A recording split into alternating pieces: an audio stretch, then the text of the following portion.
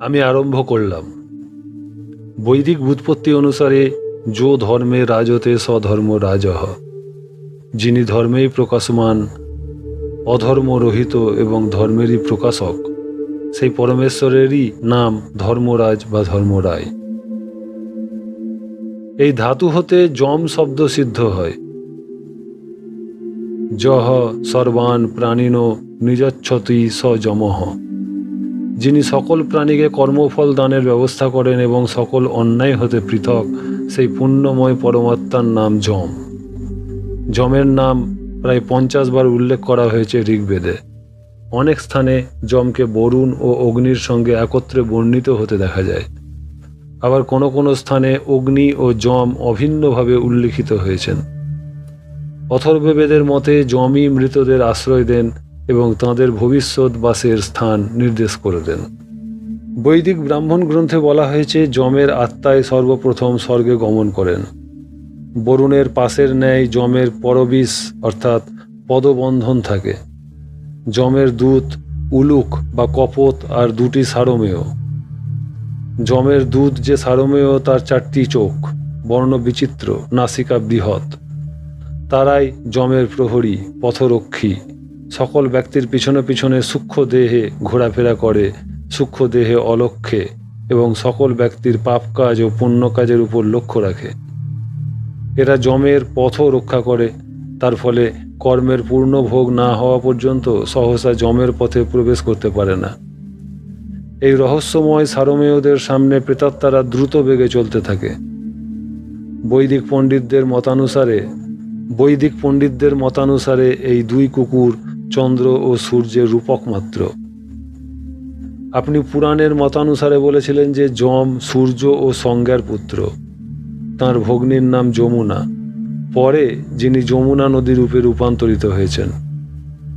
ঋগ্বেদের মতে বিবস্বান ও শরণ্য সন্তান যম ও যমি। তাঁরা যমজ ভ্রাতা ভগ্নী। যমের পুরীর নাম সংযমনী। পুরাণের এই মতও বেদ স্বীকার করেন না। বেদের মতে যমের পুরীর নাম অন্ত। ঋগ্বেদের 10ম মণ্ডলে 14 নম্বর সূক্তে 8 নম্বর মন্ত্রে বলা হয়েছে, স গচ্ছস্য পিতৃভ্যি সং যমনেষ্টাপূর্তেন পরমে বোমন হিত্তা আবদ্ধং পুনরস্ত মেহি সং গচ্ছস্য তন্না সুবর্চাহা।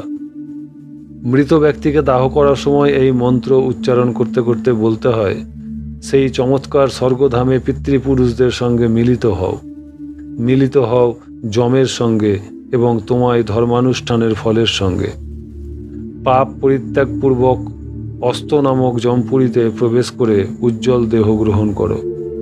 এই সময় আমাকে বাধা দিয়ে মহান্তজির সহচর একজন পণ্ডিত বলে উঠলেন, আমি শুনেছি ঋগ্বেদের 10ম মণ্ডলের 10 নম্বর সূক্তে যম জমির কথোপকথন আছে। সেখানে নাকি জমি আপন সহোদর ভাইয়ের সঙ্গে সহবাস করতে চেয়েছিলেন। যম অবশ্য জমির প্রস্তাব প্রত্যাখ্যান করেছিলেন। এ কথা কি সত্য? বললাম, 10ম মণ্ডলে 10ম সূক্তের যম ও জমি দেবতা, তারাই ঋষি। আপনি বোধহয় কোনো পুরাণ পাঠীর কাছে বেদের ব্যাখ্যা শুনে থাকবেন। পুরাণের ক্লেদাক্ত ভাবধারায় যাদের মন ভারাক্রান্ত, তাদের পক্ষে বেদমন্ত্রের সঠিক অর্থ বোঝা সম্ভব নয়। কোনো প্রকৃত বৈদিক পণ্ডিতের কাছে ওই মন্ত্রগুলির অর্থ শুনলে আপনার এ ভ্রম হতো না। বেদভাষ্যকারদের মতে যম ও জমির আরেকটি মৌলিক অর্থ দিবা ও রাত্রি। রাত্রি দিবার পশ্চাতে আসে, কিন্তু তাদের সঙ্গমন হয় না। দিবা ইচ্ছা করলেও রাত্রির সঙ্গে মিলিত হতে পারে না। এই তত্ত্বটি না বুঝে পুরাণ পাঠীরা ওই বৈদিক মন্ত্রগুলি নিয়ে উপন্যাস রচনা করেছেন। মহান্তজি পণ্ডিতজির উপর বিরক্তি প্রকাশ করে আমাকে বাকি কথা বলতে নির্দেশ দিলেন। আমি পূর্ব প্রসঙ্গের জের টেনে বলতে লাগলাম, ঋগ্বেদের 10ম মণ্ডলের 14 নম্বর সূক্তের যে মন্ত্রের পূর্বে ব্যাখ্যা করেছি, তার আরও 2-4টি মন্ত্র ব্যাখ্যা করলে যমের কর্মধারা এবং তাঁর সঙ্গে মর্ত্যজীবের কি গুরুত্বপূর্ণ সম্পর্ক আছে তা স্পষ্টীকৃত হবে। ওই সূক্তের 1ম ও 2য় মন্ত্রে আছে, হে অন্তঃকরণ, তুমি বিবস্বানের পুত্র যমকে হোমের দ্রব্য দিয়ে সেবা করো। তিনিই সৎকর্মান্বিত জীবদেরকে সুখের দেশে নিয়ে যান। তাঁর নিকটেই সকল জীব গমন করে। আমরা যে পথে যাব তা যমই প্রথম দেখিয়ে দেন। সে পথ আর বিনষ্ট হবে না। যে পথে আমাদের পূর্বপুরুষরা গিয়েছেন, সকল জীবই নিজ নিজ কর্মানুসারে সেই পথে যাবেন। বেদের মতে যম আমাদের বিদেহী পিতৃপুরুষগণের সুখ বিধানকর্তা এবং পুণ্যকর্মের পুরস্কার বিধাতা। তাই যমের কাছে প্রার্থনা জানানো হয়েছে, যৌতে সান্নৌ যম রক্ষিতারৌ চতুরক্ষৌ পথিরক্ষৌ নৃচক্ষস্যৌ তাভ্যামেনং পরিদেহি রাজন স্বস্তি চাস্মা অনমিবং চ দেহি। হে যম, তোমার প্রহরী স্বরূপ যে দুই কুকুর আছে, যাদের চার চার চক্ষু, যারা পথ রক্ষা করে এবং যাদের দৃষ্টিপথ সকল মানুষকেই পড়তে হয়, তাদের কোপ হতে এই বিদেহীকে রক্ষা করো। হে রাজন, একে তুমি কল্যাণভাগী এবং নিরোগী করো। পুরাণে যমের সম্বন্ধে এমন ভয়ঙ্কর ছবি আঁকা হয়েছে যাতে সাধারণ মানুষ যম বলতেই ভয় পায়, শিউরে ওঠে। সকলে মনে করে যম পাপ পুণ্যের কঠোর বিচারক এবং একজন নিষ্ঠুর শাসক। মানুষ কাউকে গালাগালি বা অভিসম্পাত দিতে গিয়ে বলে, তুই যমের বাড়ি যা, অর্থাৎ তার মৃত্যু হোক। কিন্তু বেদ দেখিয়েছেন, মৃত্যুর পর জীব যখন নিরলম্ব বায়ুভূত নিরাশ্রয় অবস্থায় পড়ে, তখন তাকে যমই আশ্রয় দেন এবং তাকে কল্যাণের পথে শ্রেয় মার্গের পথ প্রদর্শন করেন। তাই বেদে নির্দেশ দেওয়া হয়েছে, যমায় মধুমুত্তমং রাজ্ঞে হব্বং জুহতন ইদং নম ঋষিভ্য পূর্বজেভ্য পূর্বেভ্য পথিকৃতভ্য। অর্থাৎ যমরাজার উদ্দেশ্যে মধু এবং অন্যান্য মিষ্টদ্রব্য দিয়ে হবন করো। যে সকল পূর্বকালের সত্যদ্রষ্টা ঋষি আমাদের পূর্বে জন্মগ্রহণ করে এই ধর্মের পথ বা ধর্মরাজের পথ দেখিয়ে তাঁর সত্যস্বরূপ বর্ণনা করে গেছেন, তাঁদেরকে নমস্কার করি। কাজেই বৈদিক দৃষ্টিতে আমাদের প্রিয় পিতৃপুরুষগণের সদ্গতিদাতা যম আমাদের সর্বশ্রেষ্ঠ বান্ধব। আমার আলোচনা শুনে মহান্তজি খুব উচ্ছ্বসিত হয়ে উঠলেন। তিনি আমার হাত থেকে ঋগ্বেদজি নিয়ে মাথায় ঠাকালেন এবং আমার হাত জড়িয়ে ধরে মন্দিরে নিয়ে গেলেন। সন্ধ্যা হয়ে আসছে, লক্ষণ ভারতীজি আরতির আয়োজন করছেন। সন্ধ্যা হতেই বাদ্যভাণ্ড সহকারে আরতি শুরু করলেন মহান্তজি। সিঙা ডমরু বাজতে লাগলো। সকলে আমরা এক মনে আরতি দেখছি। মহান্তজি মন্ত্রপাঠ করতে করতে আরতি করছেন, কিন্তু কয়েকজন নাগা এতই উল্লাস ভরে সিঙা ডমরু বাজাচ্ছেন যে তার প্রচণ্ড শব্দে শত চেষ্টা করেও মন্ত্রের এক বর্ণ বুঝতে পারছি না। এমন সময় প্রচণ্ড বাঘের গর্জন, মনে হচ্ছে যেন মন্দিরেরই পেছনেই 3-4টা বাঘ একসঙ্গে হুঙ্কার দিচ্ছে। সেই শব্দে মহান্তজির হাত থেকে পঞ্চপ্রদীপ ছিটকে পড়ে গেল। বাদকদের হাত থেকে সিঙা ডমরুগুলোও খসে পড়ল। সকলের ভয়ে মুখ শুকিয়ে গেছে। সবাই যেন ইলেকট্রিক শক খেয়ে আড়ষ্ট ও পক্ষাঘাতগ্রস্ত হয়ে পড়েছেন।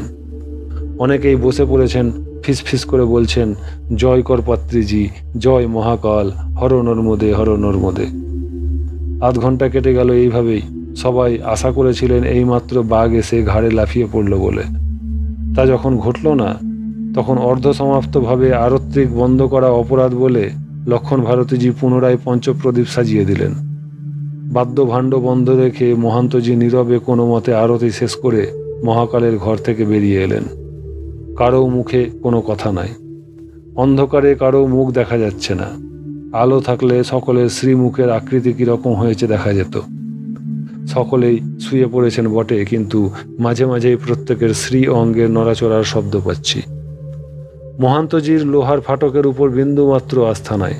তিনি প্রায় 3 বার বললেন, কেউ একজন গিয়ে দেখে এসো লোহার ফাটক ঠিকমতো বন্ধ আছে কিনা। কিন্তু কেউ বিছানা ছেড়ে উঠলেন না, না মতীন্দ্র না লক্ষণ ভারতীজি। অগত্যা আমিই উঠলাম।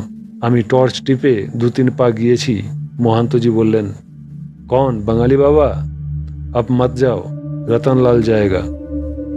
রতনলালজি বাধ্য হয়ে ফাটক দেখে এসে বললেন, ফাটক अच्छी तरह से बंद है। তবেই তিনি নিশ্চিন্ত হয়ে ঘুমাতে পারলেন। একমাত্র আমি ছাড়া বোধহয় কেউই সে রাত্রিতে 2 চোখের পাতা এক করতে পারেননি। আমার মনে কোনো ভয় জাগেনি, কারণ বাবা আমার মনে এই দৃঢ় সংস্কার বদ্ধমূল করে দিয়ে গেছেন যে বেদ পাঠীর কখনো অপঘাত মৃত্যু হয় না।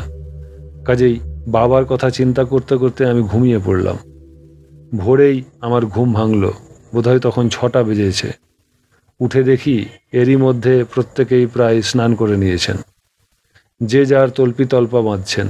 আমিও তাড়াতাড়ি প্রাতঃকৃত্য সেরে স্নান করে এলাম। সকলেরই চোখ মুখ বসে গেছে। প্রত্যেকের চোখ লাল, অনিদ্রা এবং রাত্রি জাগরণের ফল। ধর্মরায়ের ঘাটে মহাকাল মন্দিরে সবাই এক রাত্রির জন্য যমযন্ত্রণা ভোগ করে নিলেন। সকাল 7টায় আমরা যাত্রা শুরু করলাম। আজ 15ই আশ্বিন শুক্রবার। নর্মদাকে দর্শন করতে করতে পশ্চিম দিকে এগোতে লাগলাম। প্রায় আধ ঘন্টা হাঁটার পরে জঙ্গলে এসে পড়লাম। ছায়া ছায়া অন্ধকারে ঢাকা জঙ্গলের মধ্যে কঠিন পার্বত্য পথ। তবে এই পথে হাঁটতে কোনো কষ্ট হচ্ছে না, কারণ সূচালো এবড়ো খেবড়ো পাথরে পথ কষ্টপ্রদ হয়নি। আমরা আরও 15 মিনিট পরে উত্তরায়ের পথে উঠতে লাগলাম। এটাও একটা ডুংরি। বৈদ্যজি কথিত একাদশ রুদ্রের মধ্যে কোনো রুদ্রেরই বোধহয় প্রতীক। জঙ্গল ক্রমশ ঘনতর হচ্ছে। বড় বড় শাল গাছ, অন্য গাছ এবং ঝোপ জঙ্গল তো আছেই। প্রত্যেক গাছকে জড়িয়ে আছে পূর্বের মতো লতা পলাশের মোটা মোটা শিকড়। এই ডুংরির উপর যেসব মোটা মোটা শাল গাছ দেখছি, সেগুলি প্রস্থে বোধহয় 5.5-6 ফুট হবে। 2 হাত প্রসারিত করে কারো পক্ষে এইরকম শাল গাছের বের পাওয়া সম্ভব নয়। সারা ভারতবর্ষে আর কোথাও এইরকম মোটা শাল গাছ আছে বলে আমার জানা নাই। কেবলই ভাবছি, এইরকম আবার বন হয়? হায় ভগবান, এই জঙ্গলের কি শেষ নাই? হঠাৎ লক্ষণ ভারতীজি চিৎকার করে উঠলেন, 3 নম্বর ডুংরি শুরু, মতদান কিজিয়ে। এই বলে তাঁর হাতের লাঠি পিছন দিকে বাড়িয়ে দিলেন। পিছনে নাগারা তা সঙ্গে সঙ্গে জাপটে ধরলেন এবং প্রত্যেকে যে যার হাতের লাঠি বা ত্রিশূল লম্বা করে এগিয়ে দিয়েছেন পিছনের লোককে।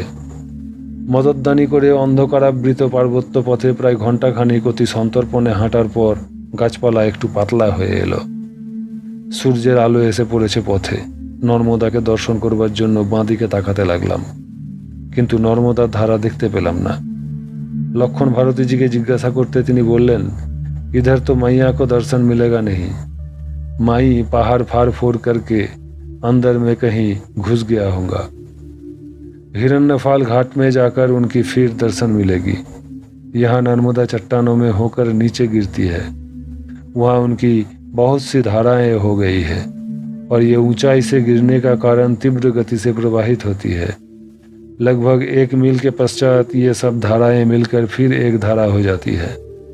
পথ যতই দুর্গম হোক, বন অপেক্ষাকৃত পাতলা হওয়ায় বড় বড় গাছের পাতায় সূর্যের আলো পড়ায় পাতাগুলো ঝিলমিল করছে।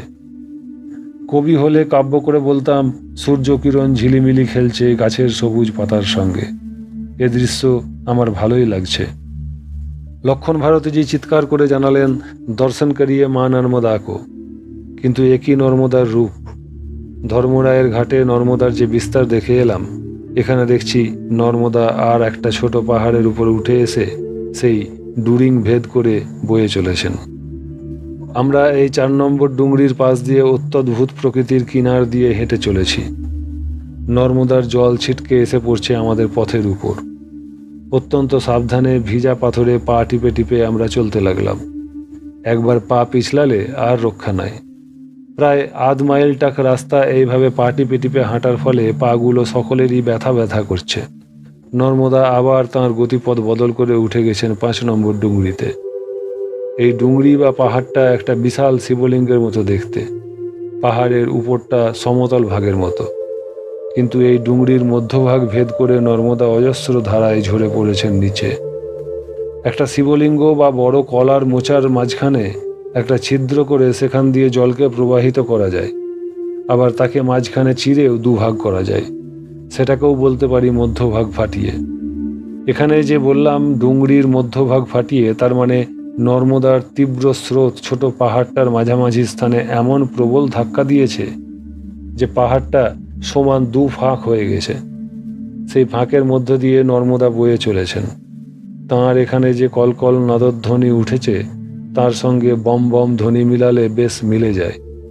মনে হচ্ছে শিবপুত্রী বম বম ধ্বনি তুলতে তুলতে সাগর সন্নিধানে মিলিত হতে যাচ্ছেন। লক্ষণ ভারতীজি বললেন, यही है হিরণফাল তীর্থ। সমান 2 ভাগে বিভক্ত ফাটা ডুংরির এ ভাগে আমরা আছি। লাফ দিয়ে পড়তে হবে ওই ভাগে, কারণ ওই ভাগ দিয়ে রাস্তা আছে হাঁটার মতো। সেই রাস্তায় আমাদেরকে যেতে হবে খেরাঘাট।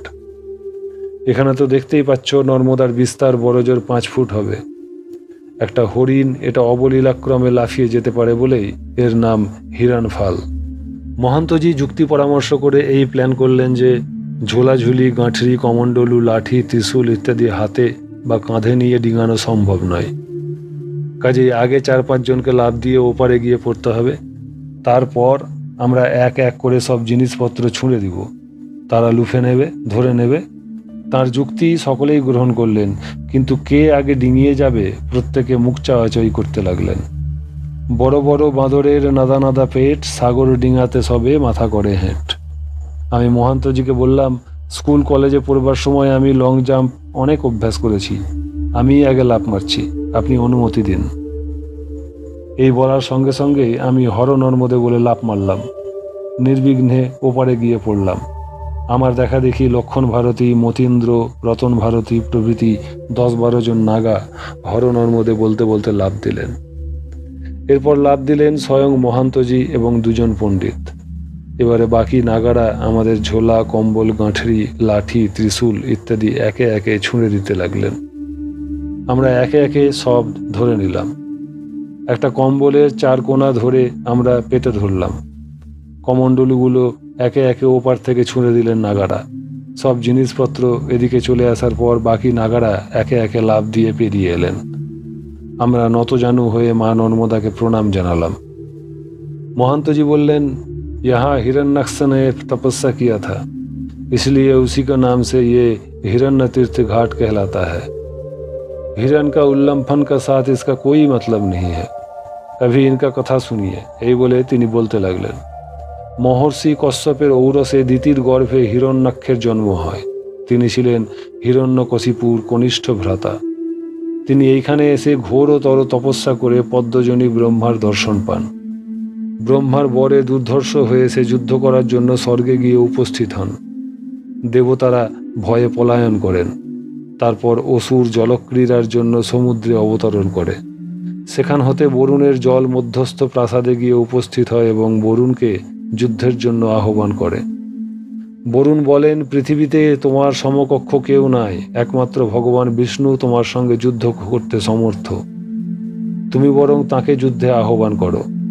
তখন হিরণ্যাক্ষ বিষ্ণুর সন্ধানে রসাতলে প্রবেশ করে বরাহরূপী বিষ্ণুকে দেখে তাকে আক্রমণ করে।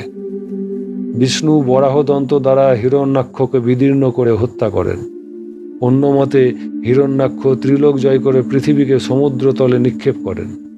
বিষ্ণু বরাহরূপে হিরণ্যাক্ষকে বধ করে দশনাগ্রে রসাতল হতে পৃথিবীকে উদ্ধার করেন। গল্প শুনে আমার মনে হলো বলিহারি। পুরাণকারদের বচন পারিপাট্য। কল্পনার সাহায্যে তাঁরা অদ্ভুত অদ্ভুত গল্প রচনা করতে পারেন।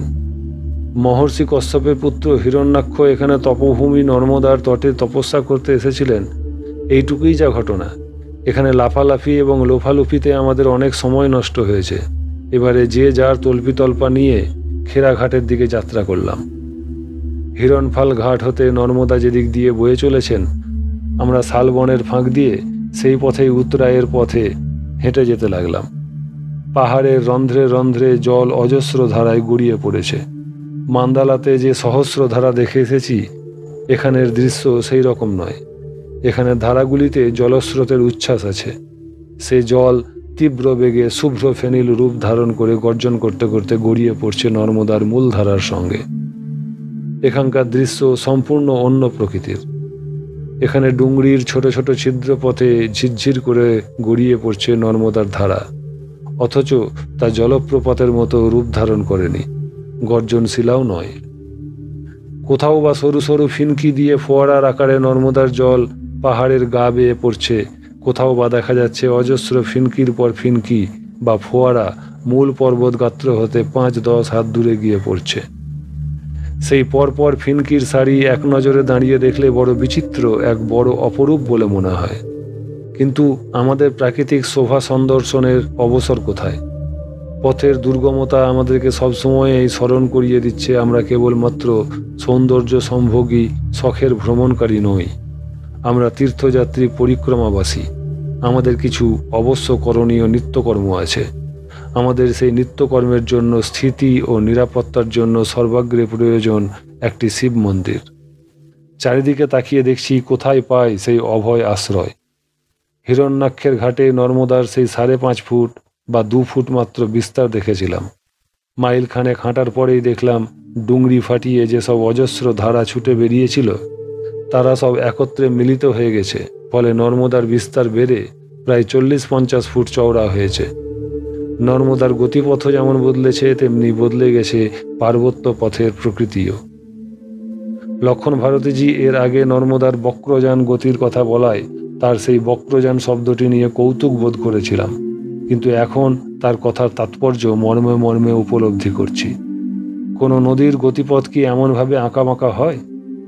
নিজের চোখে না দেখলে জীবনে বিশ্বাসই করতে পারতাম না কিভাবে নর্মদা এরকম এঁকে বেঁকে চলেছেন।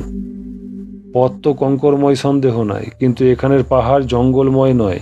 কচিত কদাচিৎ বড় বড় শাল গাছ চোখে পড়লেও এইসব পাহাড়ের ঢালে শুধুই বেলগাছের আধিপত্য। হাজার হাজার বেলগাছ, কখনো পাহাড়ের উপর দিকেও বেলগাছ ঢেকে রেখেছে ডুংরির পর ডুংরিকে। আমাদেরকে কখনো উতরাই কখনো চড়াইয়ের পথ দিয়ে হাঁটতে হচ্ছে। পথের উপর ঝড়ে বা অন্য কারণে অনেক বেলগাছ পথ ঢেকে পড়ে আছে। ভূপাতিত অনেক বেলগাছ শুকিয়েও গেছে। গাছ শুকিয়ে গেলেও তার কাঁটার বিদ্ধ করার ক্ষমতা কিছুমাত্র কমেনি। কাঁটা মাত্রই তা ক্ষুদ্র হোক, তার বিদ্ধ করার বা যন্ত্রণা দেওয়ার ক্ষমতা কিছুমাত্র কমে না। তাই আমরা অতি সাবধানে পা ফেলে হাঁটছি। জঙ্গল কম, সূর্যালোকও অবারিত, তাই রক্ষে। নতুবা এই পথ যদি পূর্বদৃষ্ট ঝাড়ি সুরঙ্গের মতো হতো তাহলে আমাদের পথ চলাই দুষ্কর হতো। সমানে নাগাড়া, কুড়ুল ও টাঙ্গির সদ্ব্যবহার করছেন। পথের উপর যেসব শুকনো বেলগাছ পড়ে রয়েছে তার ডালপালা কেটে ছেঁটে এগোচ্ছেন। তবুও এত সাবধানতা সত্ত্বেও 7 জন নাগার পায়ে বেলকাঁটা ফুটল। রতন ভারতী এবং 2 জন পণ্ডিত মশাইয়ের পায়ে যে কাঁটাগুলি ফুটল সেগুলি আকারে বেশ বড়। তাঁরা যন্ত্রণায় আর্তনাদ করে উঠলেন। তাঁদের পায়ের কাঁটা সবলে টেনে বের করতে হলো। যথেষ্ট রক্তপাত হলো। একজন নাগা তাঁর ব্যবহৃত নামাবলী ছিঁড়ে তাঁদের প্রত্যেকের পায়ে ফেট্টি বেঁধে দিলেন। অল্পক্ষণের মধ্যেই ফেট্টিগুলো ভিজে গেল রক্তে। রক্তের স্রোত কিছুতেই বন্ধ হলো না। এখানে অপেক্ষা করারও উপায় নাই, বেলা বোধহয় 1টা বেজে গেছে। ডুংরিটা এমনই যে এখানে ঝোপঝাড় বা অন্য কোনো লতাপাতার গাছও নাই। কাজেই রক্ত নিরোধক কোনো লতাপাতা অনুসন্ধানের প্রশ্নই আসে না। থাকলেও তা চিনিয়ে আনবেন কে? যিনি চেনেন সেই কবিরাজ পণ্ডিত নিজেই তো যন্ত্রণায় ছটফট করছেন। মহান্তজির নির্দেশে কণ্টকবিদ্ধ যন্ত্রণাকাতর প্রত্যেককে প্রায় একরকম কাঁধে তুলেই নিয়ে যেতে হলো। সেই ডুংরি থেকে নেমে কিছুটা সমতল প্রান্তরে নেমে আসতে লক্ষণ ভারতীজি বললেন, "ইয়েহি খেরা ঘাটে বা।" মহান্তজি তা শুনেও 1 সেকেন্ড অপেক্ষা করলেন না। খেরাঘাটের উদ্দেশ্যে বারেকের জন্য করজোড়ও হলেন না। তাতে বুঝলাম এই খেরাঘাট কোনো তীর্থ নয়, এটা কারো তপস্যা ক্ষেত্রও নয়, যাওয়ার পথে একটা স্থান মাত্র। মহান্তজিকে বিষম চিন্তিত ও বিষণ্ণ দেখছি। 7 জন সঙ্গী যদি এমনভাবে কাঁটা ফুটে চলৎশক্তিহীন হন তাহলে কারই বা ভালো লাগে? তাঁদের মাঝে মাঝে যন্ত্রণাকাতর আর্তনাদ শুনে আমাদের সবারই মন খারাপ হয়ে গেছে। যে 7 জন নাগা তাঁদেরকে বইছিলেন তাঁদেরকে বদল করে, অর্থাৎ তাঁদেরকে বিশ্রাম দিয়ে আর 7 জনকে তাঁদেরকে বহন করতে বলা হলো। যারা এতক্ষণ আহতদেরকে বইছিলেন তাঁরা হাঁপাচ্ছেন, ঘেমে নিয়ে গেছেন তাঁরা। এই রকম ক্ষেত্রে সাধারণত কিছুক্ষণ বসে বিশ্রাম করতে হয়, কিন্তু মহান্তজি 1 মিনিটের জন্য কাউকে বসতে দিলেন না। ডুংরির পর ডুংরি পথের মধ্যে পরপর 3টি খাড়া দাঁড়িয়ে আছে দেখতে পাচ্ছি, যেন পথে কেউ সাজিয়ে রেখেছে। একেবারে নাঙ্গা, বড় বড় গাছ তো দূরের কথা, সেই সব পাহাড়ে দূর থেকেই দেখতে পাচ্ছি কোনো ঝোপঝাড়ও চোখে পড়ছে না। যেসব দুর্গম অরণ্য পেরিয়ে এলাম তারপরেই এই রকম ন্যাড়ানেমসি পাহাড় এই পরিবেশে বড়ই বেমানান ঠেকছে। 7 জন আহত নাগাকে যারা বইছিলেন তাঁরা আর বইতে পারছেন না। ধীরে ধীরে কাঁধ থেকে তাঁদেরকে নামানো হলো। 7-7টি প্রকাণ্ড জীবন্ত লাশকে এই রকম রুক্ষ ও দুর্গম পথে কাহাতে কি বা কে বইতে পারেন? মনে মনে ভাবছি, এই সময় কোনো হিংস্র জন্তু যদি হঠাৎ তেড়ে আসে তাহলে তো সমূহ বিপদ।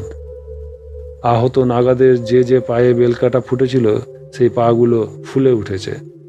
তাঁরা বলছেন ঘায়ের মুখগুলো কটকট ঝনঝন করছে। বলতে বলতে কেউ কেউ কেঁদেই ফেললেন। তাঁরা মহান্তজিকে বললেন, আপনারা আমাদেরকে এখানে রেখে চলে যান, আমাদেরকে মনে হয় নিয়তি টানছে। আমরা সন্ন্যাসী, আমাদের কাছে জীবন মৃত্যু দুই সমান। যেদিন বিরজা হোম করে নিজেরাই নিজেদের উদ্দেশ্যে পিণ্ডার্পণ করেছি, সেই দিন থেকেই তো স্বাস্থ্য দৃষ্টিতে আমরা মৃত। যিনি এই কথাগুলি বললেন তার মুখে সেই সময় যে করুণ হাসি ফুটে উঠল, তা যে কোনো বিয়োগান্তক নাটকের মর্মান্তিক দৃশ্যের চেয়েও মর্মন্তুদ। আমার বুকটা গুড়গুড় করে উঠল। মহান্তজি প্রচণ্ড ক্রোধে ফেটে পড়লেন। তিনি তাঁদেরকে ধমক দিয়ে বললেন, সন্ন্যাসী হয়েছে বলে কি মানবতা হারিয়ে ফেলেছি নাকি? হয় আমরা একসঙ্গেই হাতনি সঙ্গমে গিয়ে পৌঁছাবো, না হয় একসঙ্গেই ধুনি জেলে এখানেই রাত কাটাবো।